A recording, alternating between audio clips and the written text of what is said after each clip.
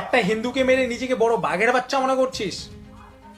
তোরা যা করেছিস মানবতার সব সীমা পার করে দিয়েছিস তোরা, আর এর পরিণাম তোদের অবশ্যই পেতে হবে। কি দোষ ছিল সেই হিন্দু ভাইটা? কি করেছিল সে, যার অন দ্য স্পট তোরা বিচার করে দিলি? আরে তোরা তো নিজের দেশকেই মানিস না, নিজের দেশের বিচার ব্যবস্থাকেই মানিস না। আর যদি আজকে তোরা নিজের দেশকে সম্মান করতি, দেশের বিচার ব্যবস্থাকে মানতি, তাহলে এটা আজকে তোরা করতে পারতি না। আর তোরা নিজেকে প্রকৃত মুসলমান বলে দাবি করিস। একটা প্রকৃত মুসলমান কখনোই এটা করতে পারে না।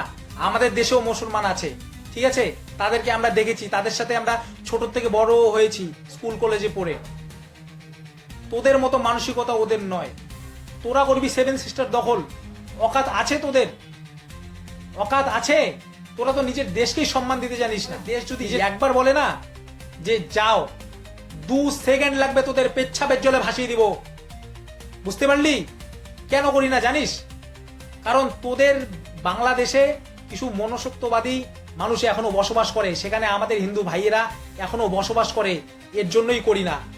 এরপরেও যদি তোদের মন না ভরে, দেশের ঊর্ধ্বে কোনো কিছু বলতে নেই, তবুও বলছি, দম যদি থাকে তাহলে বর্ডারে আসিস।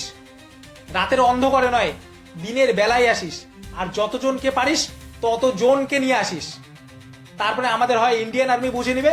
আর ইন্ডিয়ান আর্মি যদি বুঝে না নেয়, ইন্ডিয়ান আর্মি একবার শুধু বলুক, আমরা আমাদের মতো করে বুঝে নেব।